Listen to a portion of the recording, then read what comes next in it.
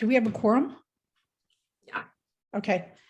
Hello, everybody. Happy New Year. I guess we can call the meeting to order now, since we do have a quorum according to Zyra. Right? Do we have any old business? Let me do roll call. Oh, sorry. It's okay. Brenda, Here. Melanie, Here. Jennifer, Here. Ned, Here. Wesley's, he said he's going to be absent. Sean, Here. Ron, Here. Alexander said he was going to be absent as well. Thank you, Brenda. Okay. Is there any old business? Are we supposed to approve those minutes that were posted? Probably. Sorry. I'm still getting used to the parliamentary procedure. I'm not very good at it yet. Okay, so shall we approve the minutes? Sarah, I think this is your deal, right? Someone needs to make a motion and then they need a second. I just have a question. Can we approve both of them together, or do they have to be separate motions? I would say we can approve them together, but just say the month, like the date of the minutes. Okay. So I make a motion to approve the minutes from November 17th and December 1st. Is there a second? I'll second that. Okay. I guess the minutes are approved. Now we need to vote on that. So you can just say if they want to raise their hand or say yes. All right. Does anybody oppose, I guess, approving the minutes? Approving the minutes. Okay, that works. So no opposition. I guess the minutes are approved. So you can, I need them to say yes. So Okay. Is there any opposition to, well, do you all vote to approve the minutes? Yes. Yes. Okay, I guess the minutes are approved then. Ron, did you say yes? I'm sorry. Yes, I did. Awesome, thank you.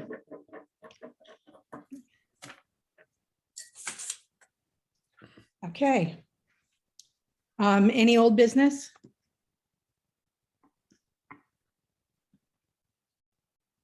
Guess not. New business. We have a speaker today, Two. too. Yeah. Okay. Well, why don't we just get on with that then?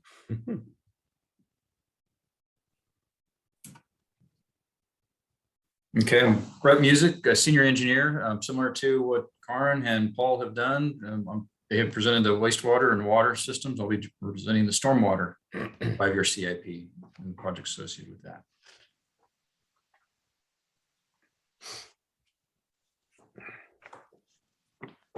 And we can go to the next slide here. So this is a map from our master plan, shows our stormwater system. It consists of 3 basins: the Chehalem Creek Basin on the west side of the city, the Springbrook Creek Basin on the east side of the city, and Hess Creek that runs through the center part of the city. The system composes of pipes, as we expect underground, and also open drainages. The stormwater master plan current master plan has modeled pipes that are 12 inches and larger, and then some of the open drainages as well that's reflected within this map. The city has, for stormwater management within within this system, has some requirements related to impervious areas and the increasing when those that gets increased. Essentially, when 500 square feet or more of impervious area is created by development, the stormwater management requirements are triggered. And those requirements require that the runoff from a site from the increase in impervious area in a post-development situation matches the pre-development flows. So effectively, the impact to the system within adding impervious area is no additional flows into the system. With those Can I ask a requirements. real basic question? Absolutely. So do all of these pipes empty into one of those basins? In other words, none of the stormwater goes to the wastewater treatment plant. Is that right? Correct. Stormwater is not treated as a system other than the treatment before entering into the system from developed impervious surfaces. So any treatment that happens at those earlier stages. Okay. And that's it for water quality and the detention, kind of related to what I was talking about with that 500 square feet of impervious area. It gets triggered. The idea is to keep those flows, and then it also triggers the quality treatment as well. Okay. And so throughout the city, there's open drainages, and historically it's been piped to the closest one. And in large areas of the cities, in the older parts of the city, that runoff gets conveyed to the street and then ultimately to the pipe system and then to the open drainages and ultimately into one of the creeks that then flow into the Willamette River. Next slide, please.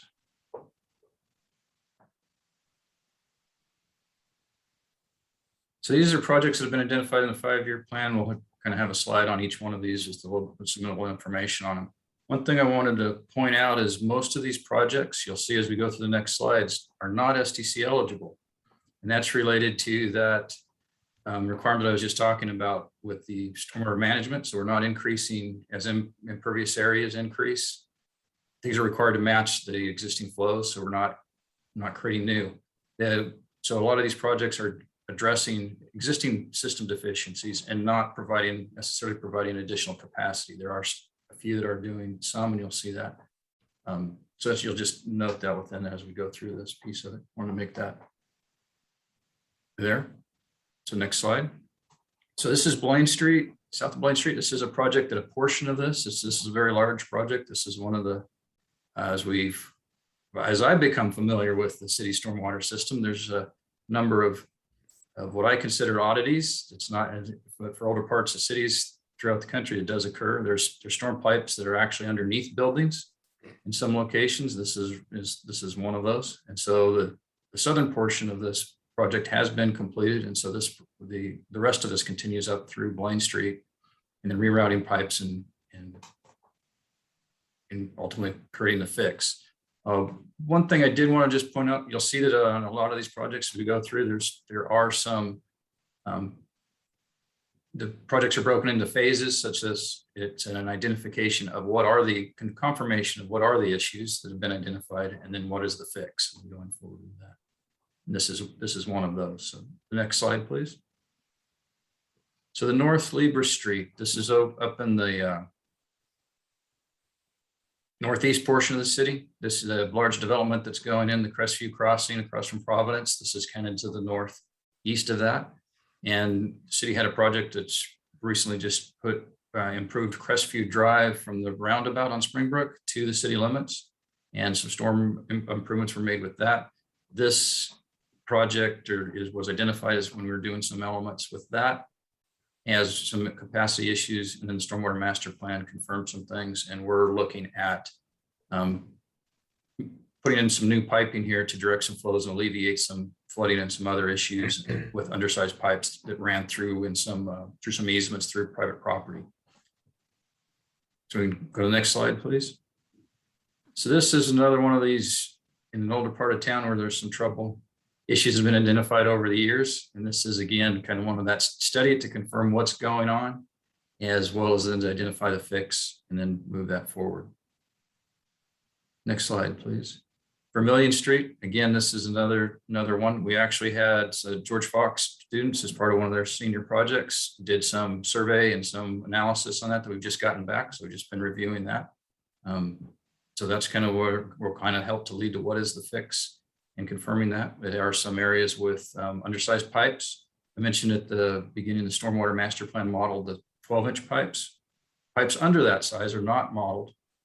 So there could be other areas as resources become available to study more of the system.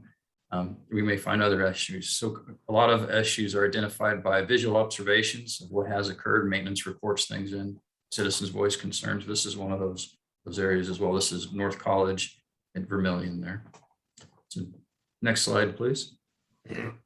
So this is an area where one of the drainages off of Winooski. This is a drainage that was released in extension from the pipe system that released down the side of the slope with an outfall protection that had existed, that had over time has created some erosion issues. And so there was a project some years ago to extend the pipe.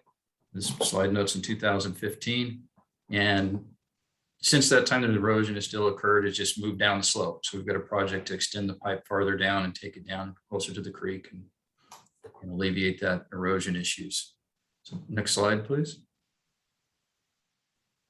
And as I'm going along, if there's questions that come along, feel free to voice those. Another area along a railroad where we're looking at kind of confirming what the issues are, whatever creating the issues that are being observed, and then identifying that fix. Next slide, please. And this is at the North Elliott Road storms, that there is not any system. This is part of the Elliott Road. It will be part of the Elliott Road project that is going forward as well. And that's kind of some of those, adding in a storm pipe for that to address those issues.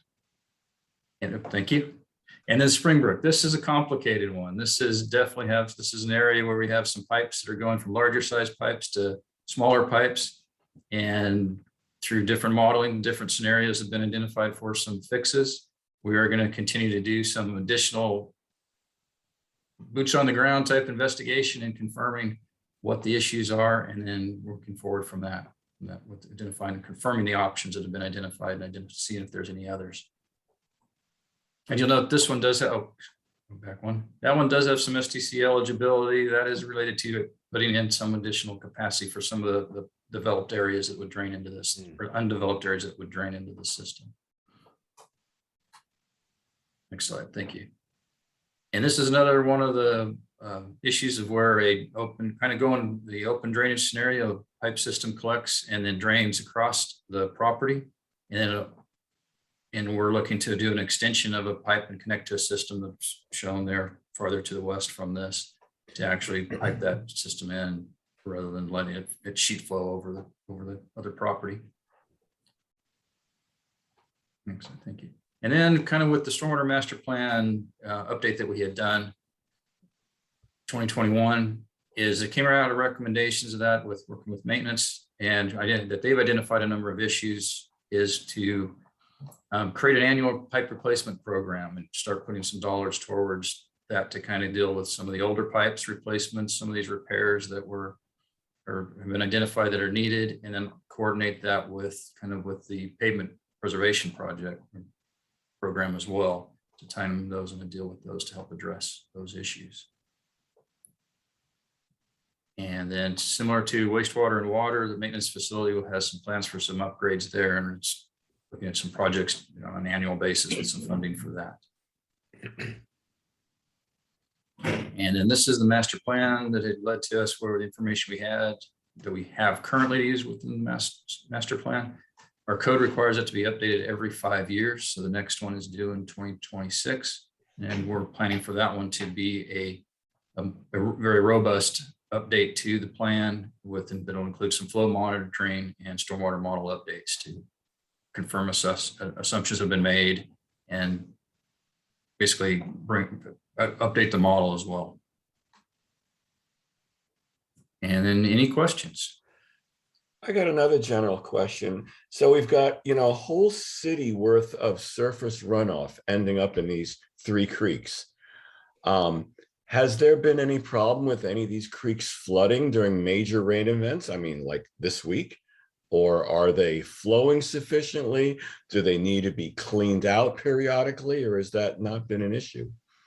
Yeah, that's a good question. So kind of within the creeks themselves and the floodplains have been identified. Kind of FEMA has some identifications there.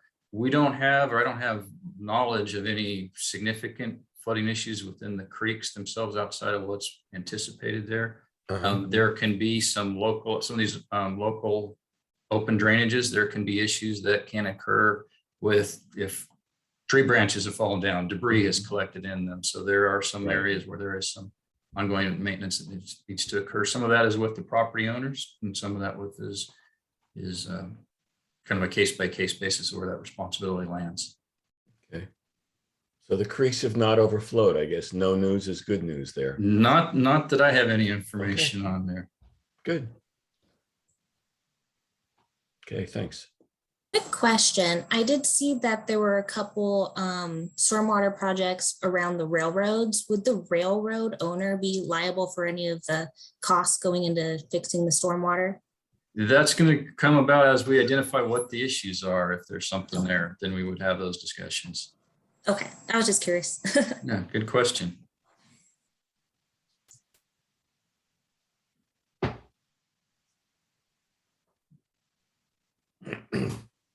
Okay, well, thank you.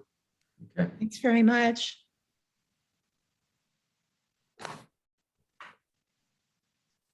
Okay, so can everybody hear me okay? Mhm. Yeah. Great. And let's get on to presentation mode here.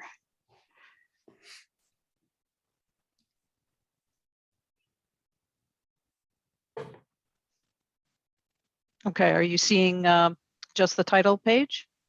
Yes. There we go. Great. Okay.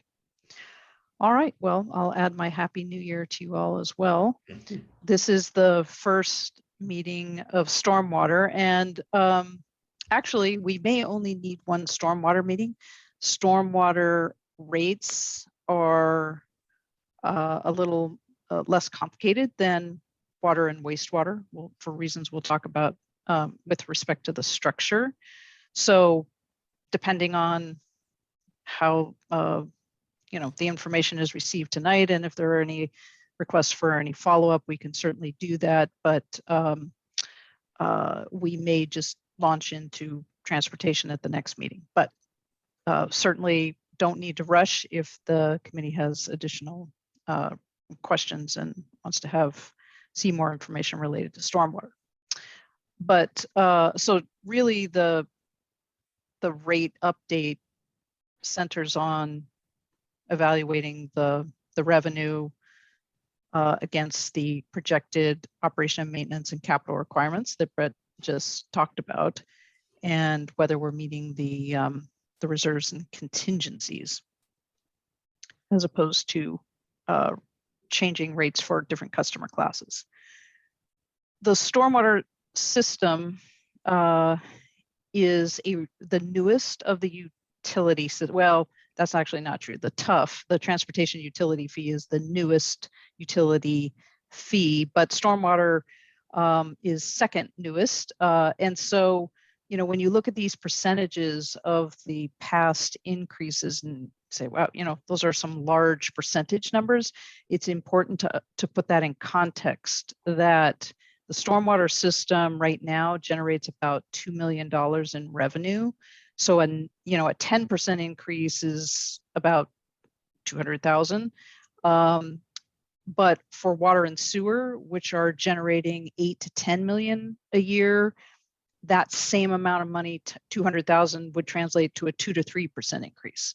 So the percentage increases are higher, but they're generating similar revenue as the much smaller increases for water and sewer, because this revenue stream in these is lower, as are the rates. So just keep that in mind as we go through this. So when a new utility is put in place, and oftentimes, not all of the funding needs are known, and there's a desire to start at a lower rate and then phase in increases as the city identifies what are the operation and maintenance costs, what are the capital improvements that are needed, because part of what you're funding initially is planning and to evaluate the system and to better understand it.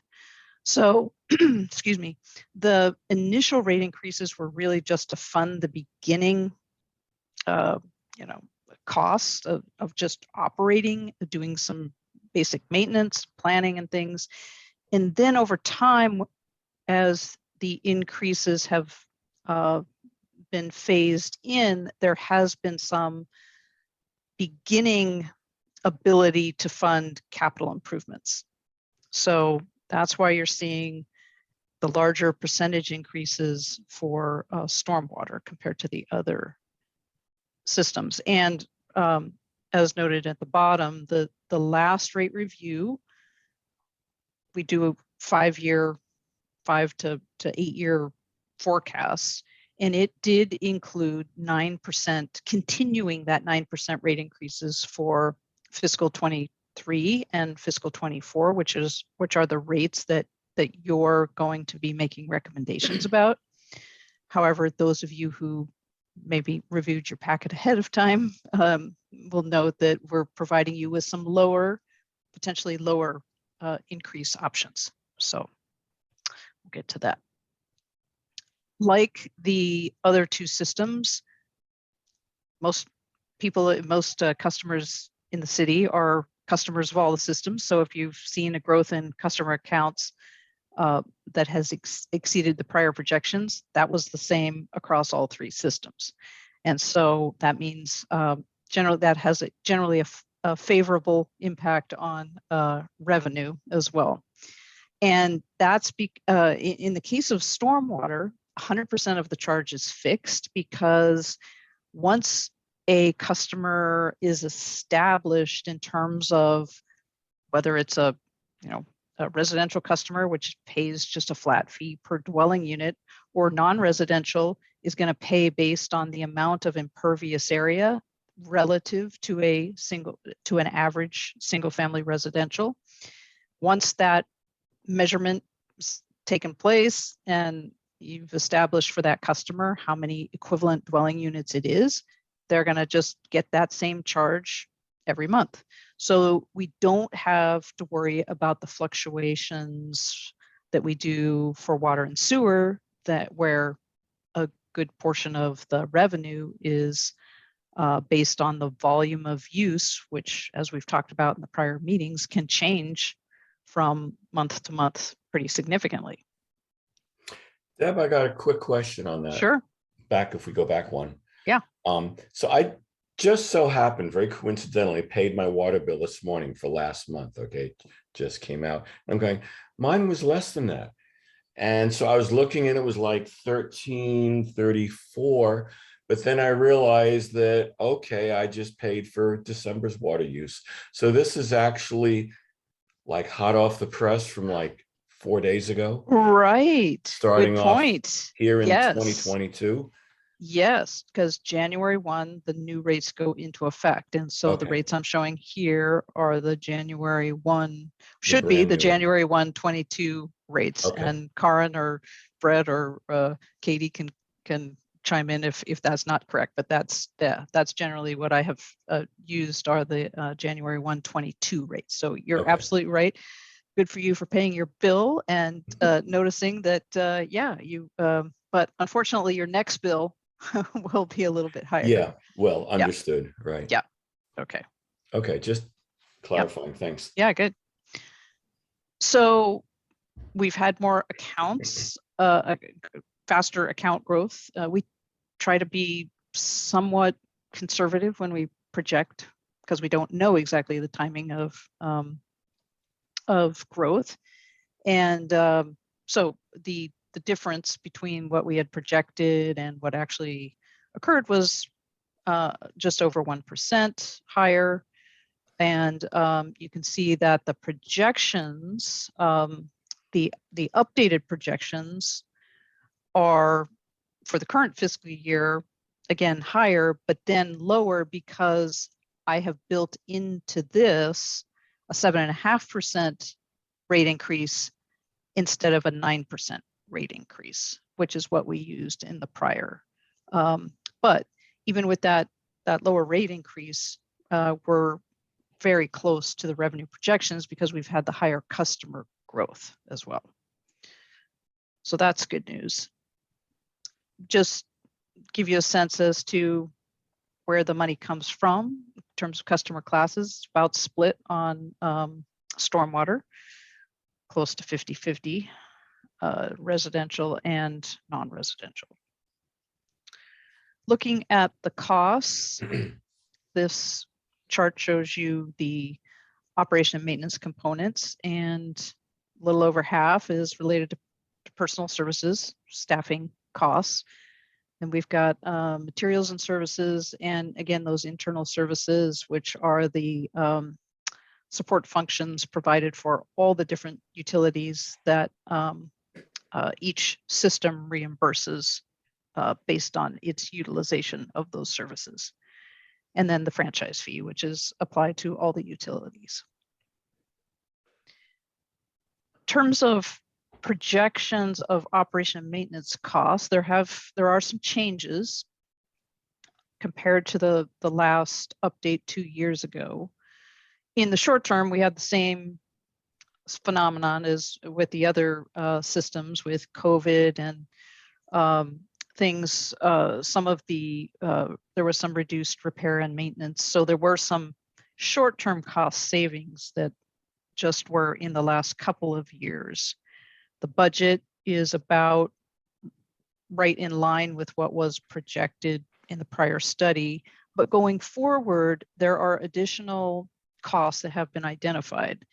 One of those things, one is a portion of a staff person, and it is just a staff person whose costs gets shared by multiple systems, which is why you see 0.25 staff position.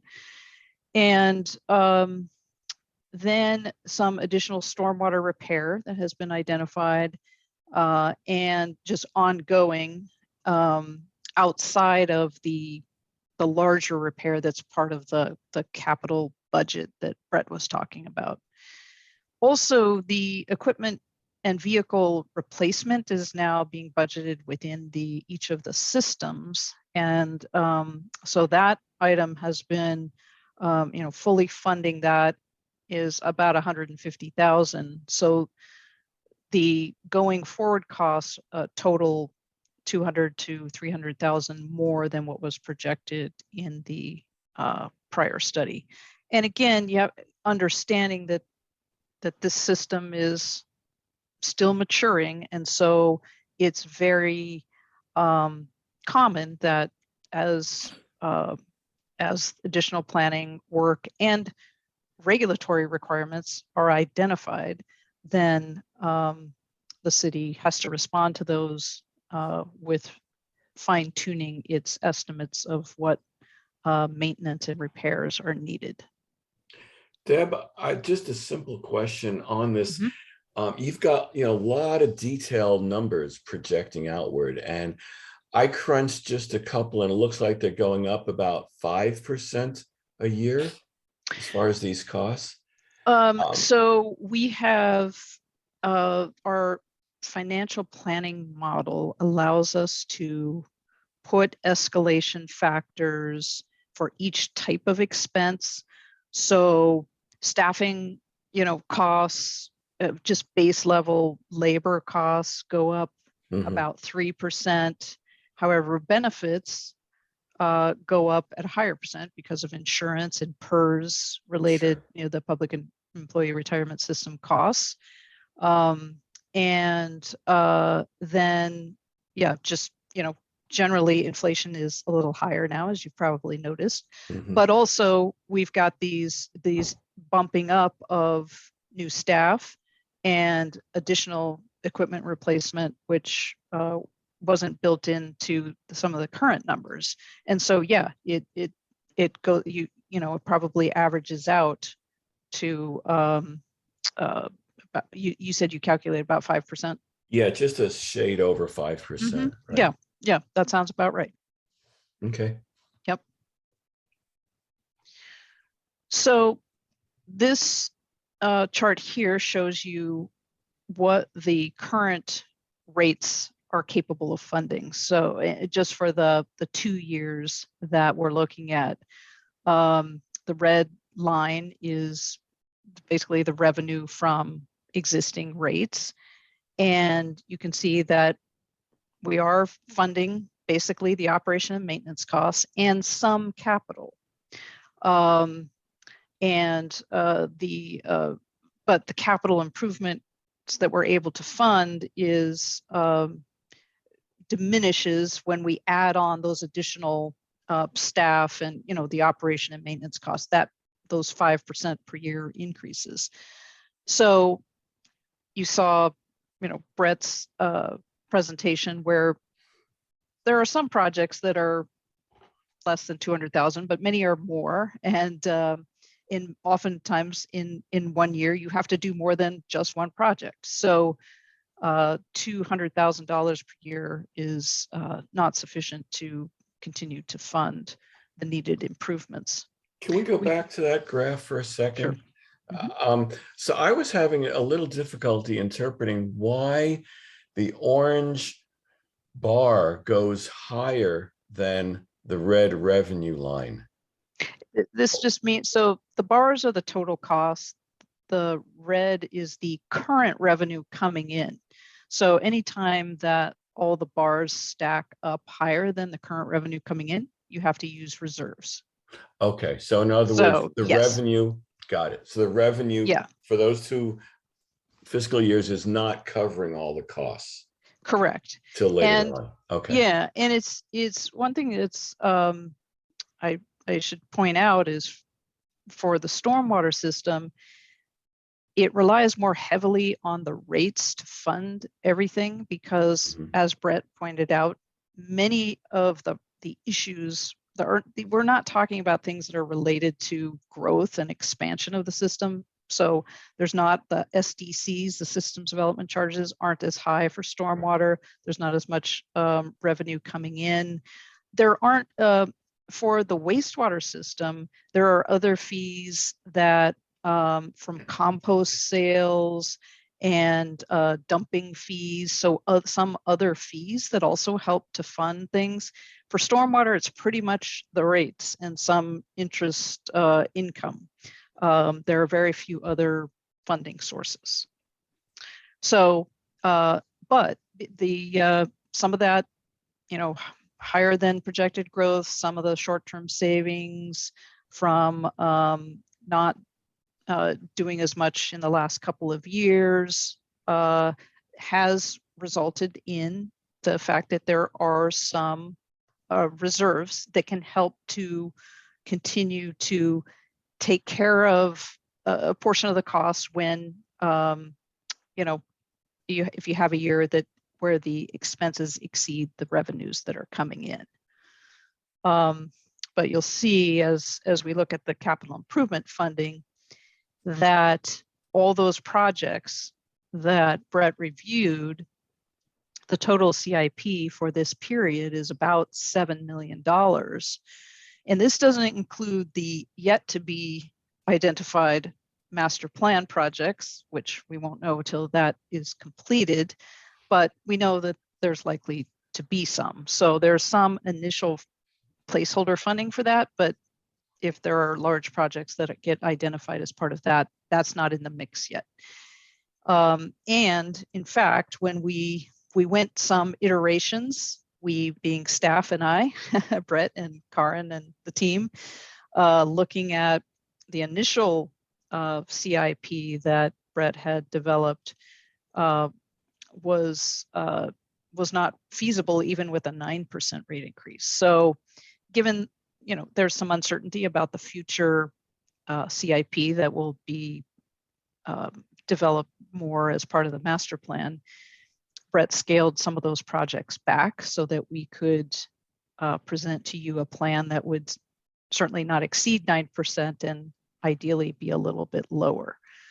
So this is, I think, probably the lowest numbers that we could probably hope for, that what's needed here averages about 800,000 a year. So significantly more than the 200,000 to 300,000 that the current rates can support.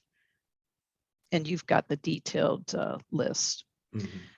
So I ran, as I said, 2 scenarios. One of just, okay, if we want that red bar, which is the revenues coming in, to roughly match those, the orange bars, and to fund the CIP, what would what would be required to do that. And the rate increase I came up with is 6.75%, which is a significant reduction. And considering, 9% per year, 6.75% per year is significantly less.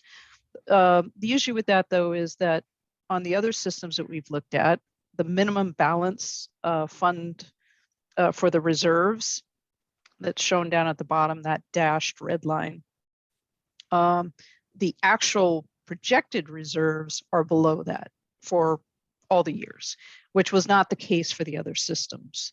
So I did run another scenario that said, okay, well, what if we, what would we need to increase the rate increase to be to, at some point, also build the reserves to be a consistent kind of target that we've used with the other systems. So that you can see that that is 7.5%. So it's still less than the 9%, but it's that's kind of a policy choice in terms of, and one where the committee can provide some feedback on, of the weighing the desire to minimize rate increases and have some rate relief versus continuing to hold the line on the financial viability in the long term, and the benefits of having those reserve funds and providing flexibility, being able to address things that we don't anticipate, emergency situations, things like that. Deb, can I break in and ask you some questions? And this is about the course. reserves. Yeah.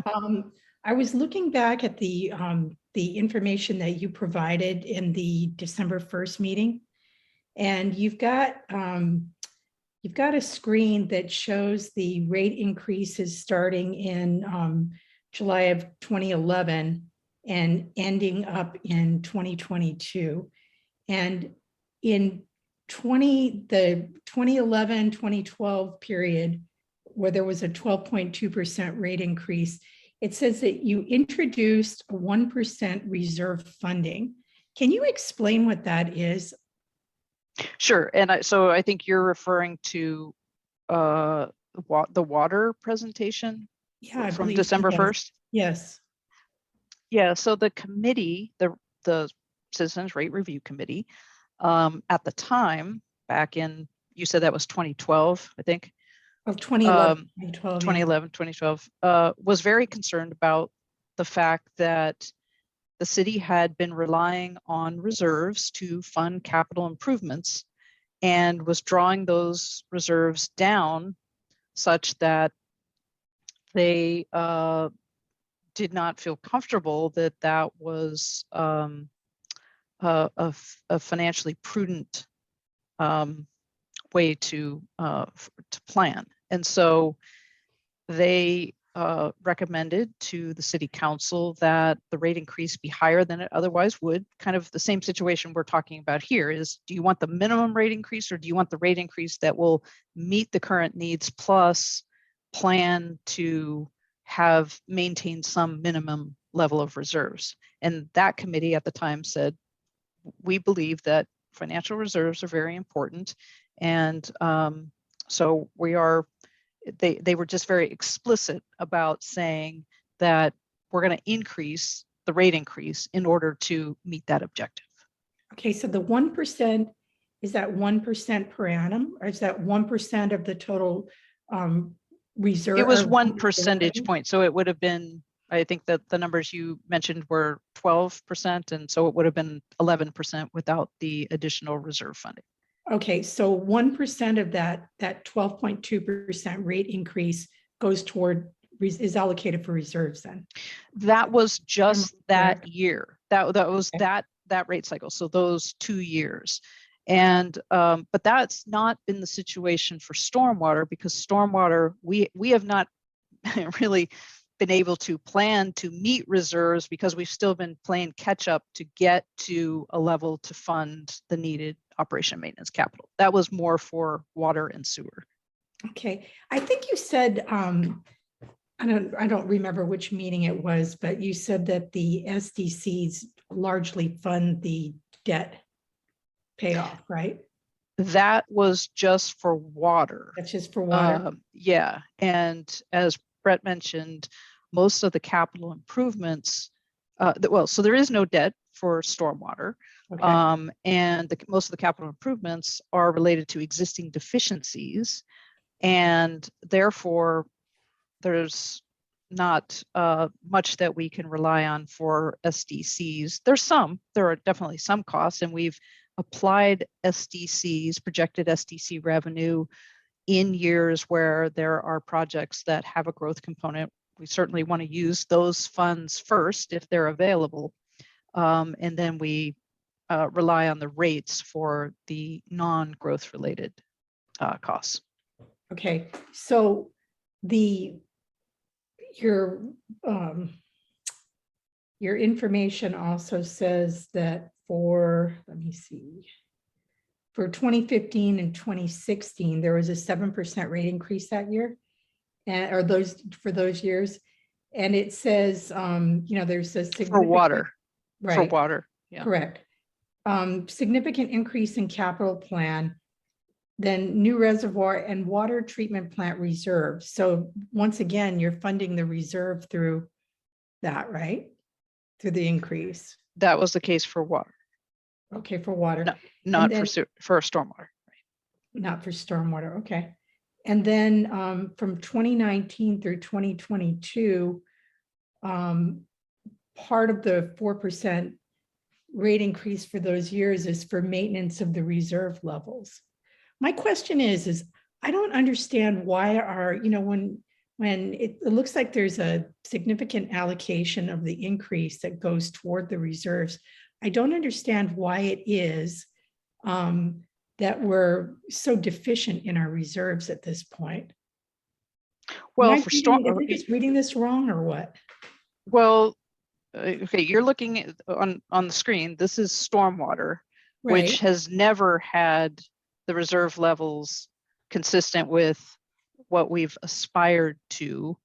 And basically what we aspire to is a bare minimum kind of operating contingency of 60 days. That's the minimum that is recommended by all of, American Water Works Association, government finance, accounting, the various industry standards. Mhm. If there were debt service for stormwater, then we would include a year's worth of debt. There is no debt service, so that's why, in part, why the reserve levels are lower also. But then on top of that, we have a rate stabilization and kind of repair replacement kind of reserve that's based on a percentage of the annual revenue, 5%. Again, very minimal levels relative to, if you look at the full range of what others are doing, and then some, 2% of the asset value, which is an estimate of repair replacement. So each system is different because the asset value is different. There's different debt, there's different revenues. But it's the same framework for how we establish what that dashed red line is. It's going to be much higher though for sewer, water and sewer than it is for storm. But the point is that the current reserves and the projected reserves for stormwater don't meet that line. So if you look at these same graphs that we presented at previous meetings for water and sewer, you'll see that it basically, the black line is at or above the red line in most, if not all, the years, whereas this line is below every year. So so the reserve, it acts as a revenue requirement in that if we are drawing too heavily on reserves to fund our costs in any given year, then that target says, okay, we need to raise rates a little more than we otherwise would, so as not to drop below that certain, that floor that we've established. But there's been a lot more flexibility with that sort of practice. because with stormwater, because we're starting from a much, a place that's so low, and we've had percentage increases that are significantly higher. There was not a desire to push that stormwater rate increase into double digits. And in fact, everybody would like some rate relief. So we're giving you a couple of options in terms of how this committee is feeling about, the importance of the reserves. Right. The reason I've got concerns about this is because another one of your graphs, and again, this was for the water, is because the rate increases are so much higher than the consumer price index typically. So that seems to mean that, like the amount of money that your basic ratepayer can afford to expend is a lot. I mean, you're seeming to overbalance that kind of a lot. So I just want to make sure that, all of this is necessary. And I still don't really understand why our reserve funding is low, but. So the rate increases in the last 2 to 3 cycles are not significantly higher than inflation at all for water and sewer. And as I presented in some of the previous meetings, when we look at the national trends in rate increases, it is the average increases nationwide are double the rate of inflation. And Newberg was in that position for many years as you were building capacity to fund, to going, paying off debt service and building capacity to pay for needed repairs, replacement, regulatory requirements, all those things, and at the same time maintain a prudent level of reserves. Those systems now, are, water's just a little bit above what the current inflation rates are.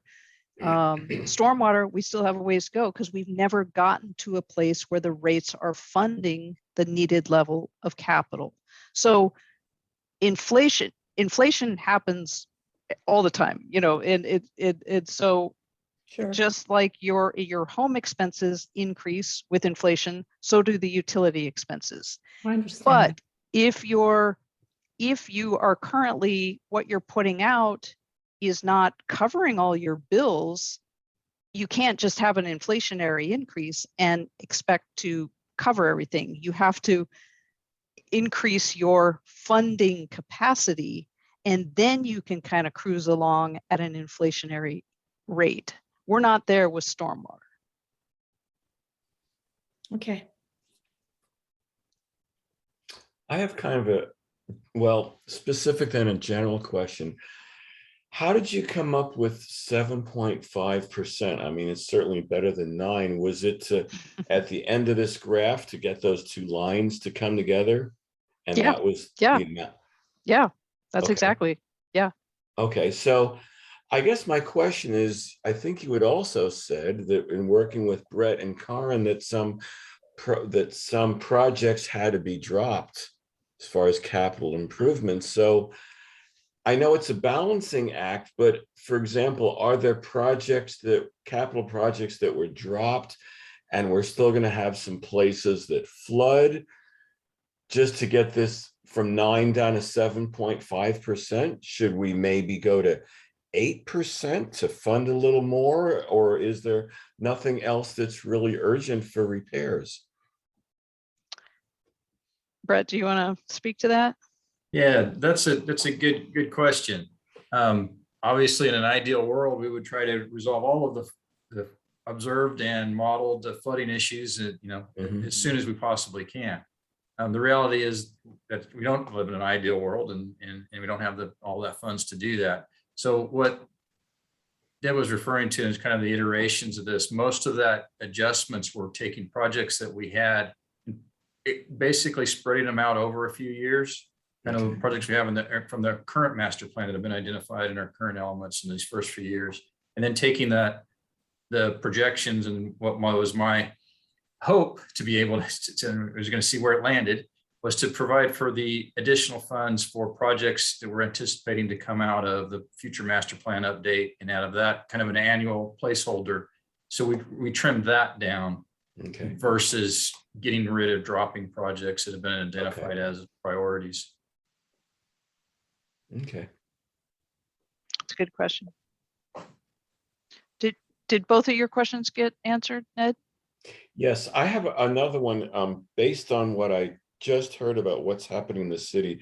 Apparently, they just signed a deal getting extra land for future expansion of the wastewater treatment plant. Okay, so that kind of raises a question. Are we nearing capacity of our current plant where they're anticipating needing that down the road? Are we able to put that off till some of the major debts are paid off? I just wasn't sure about the timing of that, or is this just for many years down the road where it might be needed? So is that water or wastewater, I Karen? think it was, well, maybe it was one of the two. I'm sorry. I thought it was wastewater. Karen, you obviously know more about it. I do. So it's for water. Water, okay. Yeah, and so there's a couple of things going on with water. Is the if you remember when we talked about, or when Paul talked about projects, there's a project called redundant water supply. Yeah. And the fact is that we have, one source for our water. And if something was to happen to that, we would be in trouble. So we are actively looking at another source. Now, that's further down the road to where we actually need to build anything. Mhm. But so our water treatment plant is actually within the mill site, if you guys didn't know that. And so as the mill was getting ready to sell, it made sense to try and go ahead and buy property then right next to our existing treatment plant to allow for that future expansion. Okay. So the future expansion isn't imminent, but again, it made sense to go ahead and buy it before something got built there that would then cost a lot more money. Okay. So it's not something that we need to be concerned about as far as balancing numbers and rates and everything right now. That's good. Not right now. Okay. It will come. I will. Right. But this is a great example of why we need to have reserves, because there are sometimes these opportunities to advance purchase something that if we didn't have reserves that we could draw on, then then we come up short. So Yep. okay, we'll finish out stormwater here. I've gone ahead and pulled in a bill comparison. You'll see that there's a couple of cities that right now do not have stormwater rates. McMinnville and Woodburn both will be are initiating studies to develop stormwater rates. So probably in 2 years, when the committee sees this graph, there will be rates associated with those. But your current rate for the current as of 4 days ago, rate for a single family house is just to the right of the center here, and is for about $14.54, and is significantly lower than the top here, which is about double that. In terms of what a 6.75% rate increase, and here I'm showing the 6.75, we can show the 7.5 as well, would mean in terms of dollars and cents. The 9% rate increase that just went into effect was about $1.20 increase in the bill, and dropping these down to 6-7% would either be keep the dollars slightly below that, around $1 to $1.20 if we went up to 7.5%. So again, significantly, even though we're talking about percentage increases that are double what the increases for water and wastewater, the bill impacts are less. So $1 increase as opposed to, a couple dollars or so on the other systems. So as I said, we don't do a full-on cost of service analysis. There is no differentiation in the rates between the customer classes. We're just, the committee still a, not an easy decision, but your recommendation is about the rate increase level. And so we've basically completed the technical analysis, and if there are any follow-up questions, as sometimes are the case, we can bring that back to the next meeting, but we can also plan to begin discussion of the transportation fee at that meeting, so that we make efficient use of your time. Next meeting is the 26th.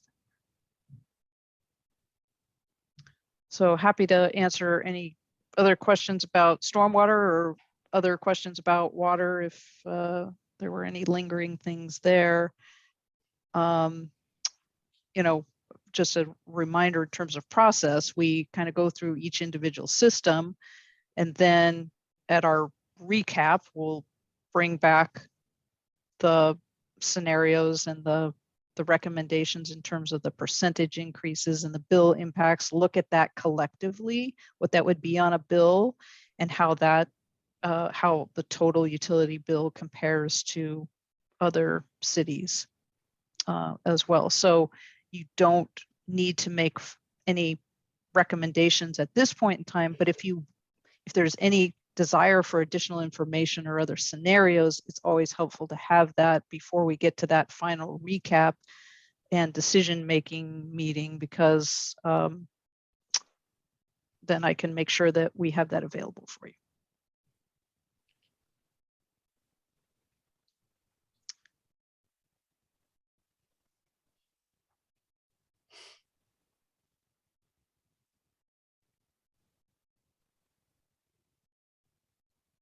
Anybody have any questions for Deb? Got them all answered. Thank you. You're welcome. All mine answered. Thank you very much. You bet. And thank you, Brett. So, any further business? No. No. Okay. Well, it's only 7:30, but shall we adjourn the meeting? And if there's nothing further?